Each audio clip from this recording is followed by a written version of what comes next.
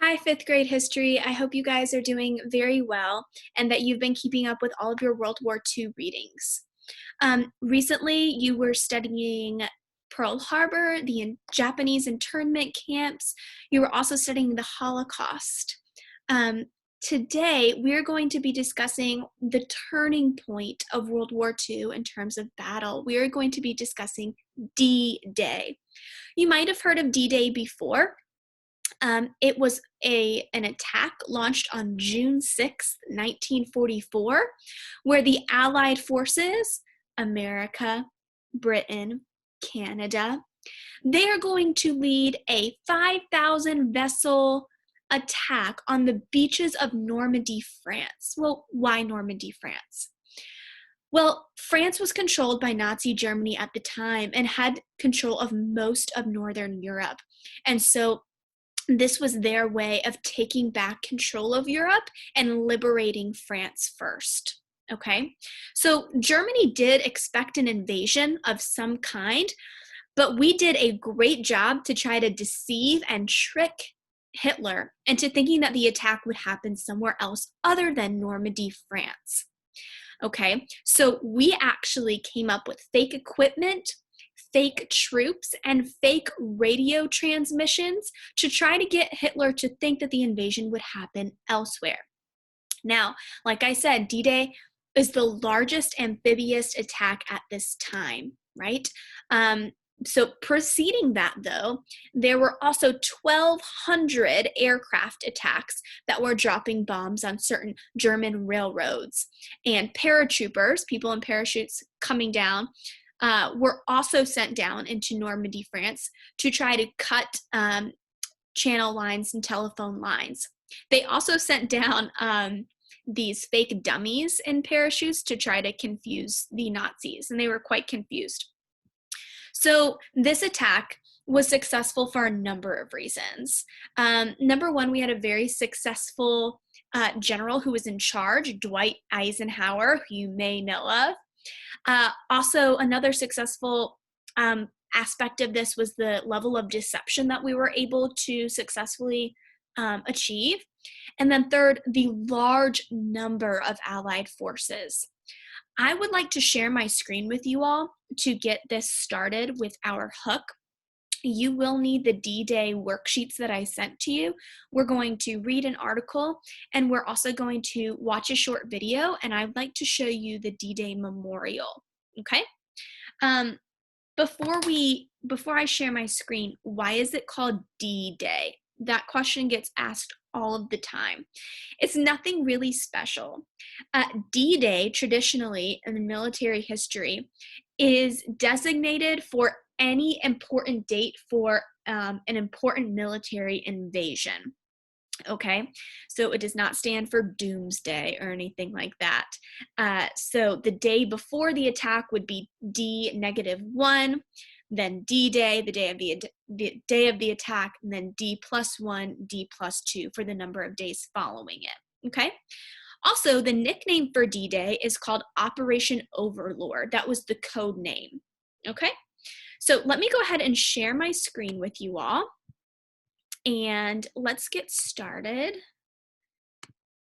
And I'm going to pull up this photo right here. Okay, this photo seems very pleasant, right? If I were you, I would like to visit this beach. This is Normandy, France today, one of its beaches. It's very calm, pleasant, blue waters, desirable, right? So that's Normandy, France beach today. I'm going to scroll. And this is Normandy, France beach in 1944. Notice the difference.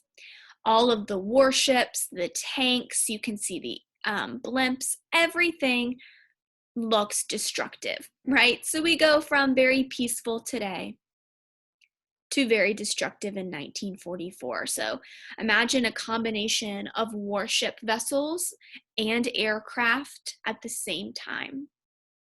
It was very powerful. And then finally, I'd like to share this photo with you. I think this is so cool. A few years ago, BBC did an article about this photo that was taken. If you can see, let me zoom. Oh, it's not letting me zoom right now. I'll zoom in a little bit. Um, these are sketches of 9,000 bodies that were etched into sand on the beaches of Normandy from a team of 500 artists and volunteers from Britain who wanted to commemorate D-Day in a special way to kind of bring a visual, right? Because today when we look at the beach, I mean, it's gorgeous, it's beautiful, and we tend to forget the devastation and the thousands of lives that were lost on this French shore. So these artists decided that they wanted to commemorate it in a way that was realistic.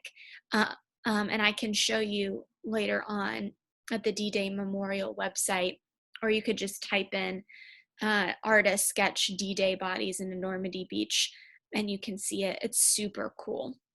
So it's artists and volunteers that did that, okay?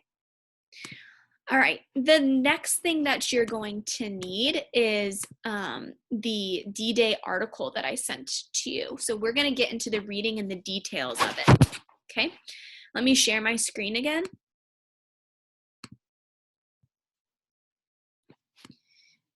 Okay. All right, the first one, let me put full screen. D-Day, the invasion of Normandy. The Allied forces of Britain, America, Canada, and France attacked German forces on the coast of Normandy, France on June 6, 1944. With a huge force of over 150,000 soldiers, the Allies attacked and were victorious in battle that became a turning point for World War II in Europe. The famous battle is often referred to as D-Day or the invasion of Normandy. Go to the preparation section.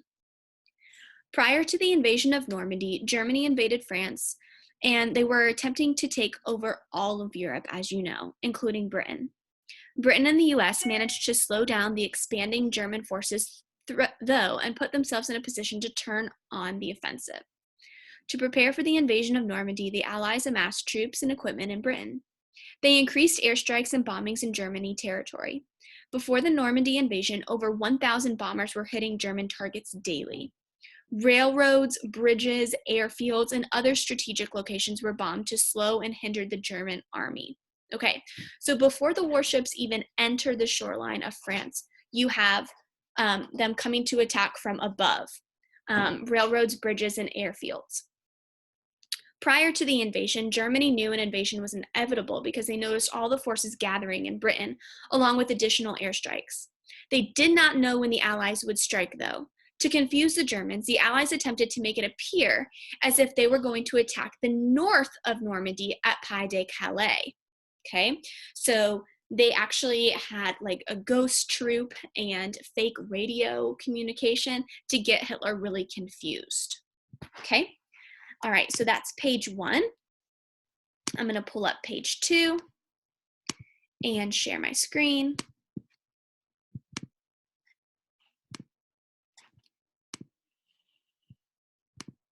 And let's go full screen. Okay, the attack. The D-Day invasion had been planned for months, but it was almost canceled due to bad weather. So it was actually supposed to be on June 5th, but it was really terrible weather and they had to postpone. It was important there was a full moon for light, so they only had a small window of time to invade. U.S. General Eisenhower agreed to attack despite overcast skies. The weather affected the Allies' ability to attack some, but it also surprised the Germans, making them less prepared. The Allies attacked during high tide to avoid obstacles the Germans had put in the water.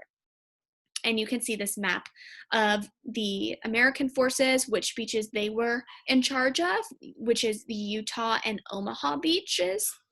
And then you have England with the Gold Beach, Canada with Juneau, and then England with Sword. The first wave. The first wave of the invasion of Normandy started with paratroopers, okay, so people falling out of parachutes, men who jumped out of planes using parachutes. They jumped at night, landing behind enemy lines. They were to destroy key targets and capture bridges in order for the main invasion force to land on the beaches of Normandy. Thousands of dummy soldiers were dropped in order to draw fire and confuse the enemy. The next stage. During the next stage of the battle, thousands of planes dropped bombs on German defenses. Warships started to bomb the beaches from the water. At the same time, underground members of the French resistance sabotaged the Germans by cutting telephone lines and destroyed railroads. The main invasion forces of over 6,000 ships carrying troops, weapons, tanks, and equipment approached the beaches of Normandy. The Americans landed at Omaha and Utah beaches. The Omaha beach landing resulted in fierce fighting and many U.S. soldiers losing their lives, but they were finally able to take the beach. The Utah landing proved successful. So Omaha was a lot more tragic than Utah. Results. Over 150,000 troops landed in Normandy by the end of D-Day. They were able to push their way inland, allowing for more troops to land in France over the next several days.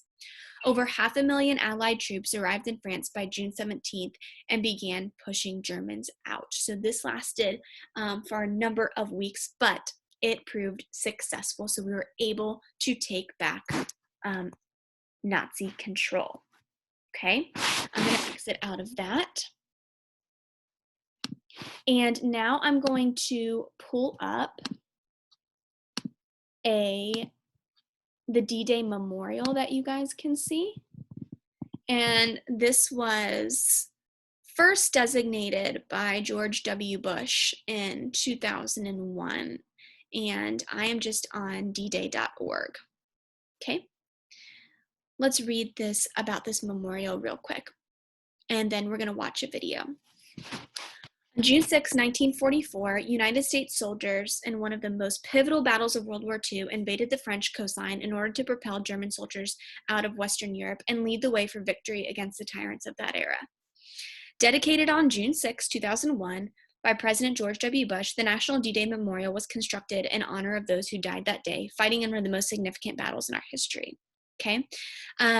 Let's go over some facts. So the monument receives an average of 60,000 visitors a year. Okay. At its center stands a monumental 44-foot tall arch embellished by the military name Overlord that was given to the operation. And it says, as stated, 57 years ago, America and the nations of Europe formed a bond that has never been broken. And all of us incurred a debt that can never be repaid. He says that this battle helped to save the free world. So it was super important. So you can go ahead and visit this one day if you'd like to. Very cool. And finally, we're going to watch a video. But your assignment, guys, is going to be, I'm going to share my screen with you in a second. Let me go to my desktop. You guys have these questions at the end of the article that we just read together. So please answer 1 through 14 on this page, as well as, let me get the other one up. This page right here, where it says, it has the map and it has questions 15 through 18. So please answer those on your own as well. Okay. And let us get to our video that we can watch together.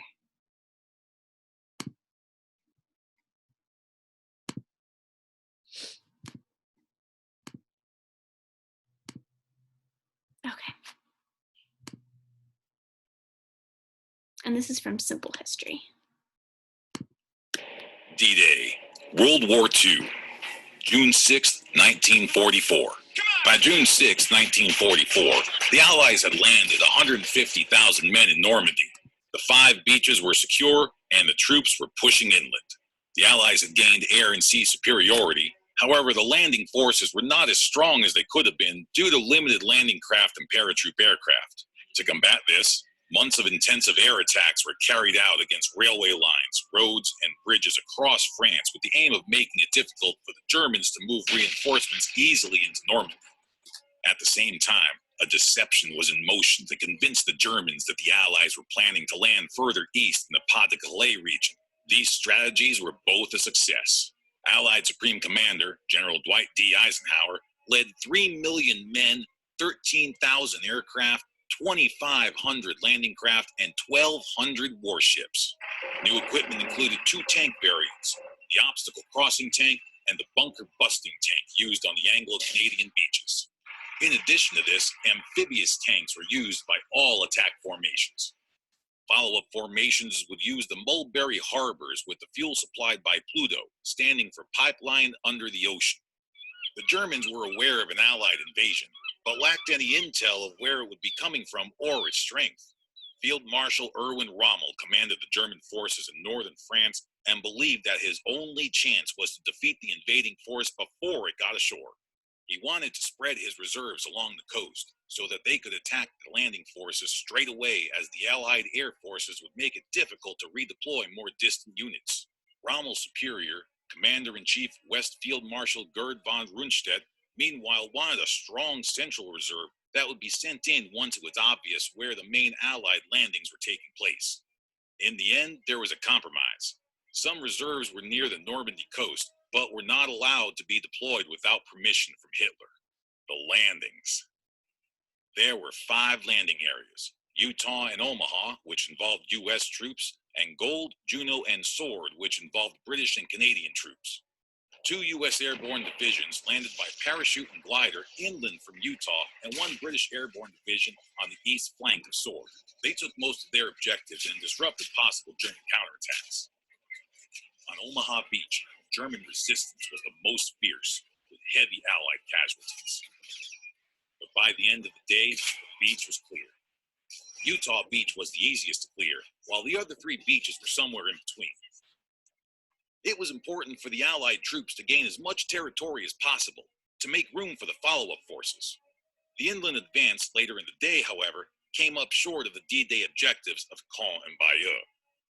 There would be much harder fighting in the days to come. Subscribe to see more history videos.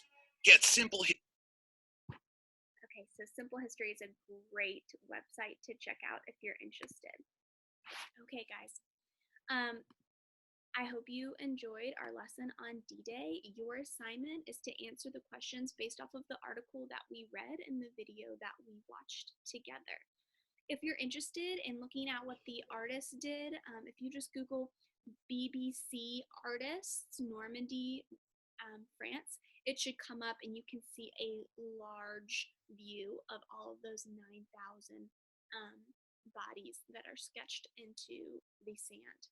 Okay, that's all I have for you guys today. I hope you have a wonderful Easter.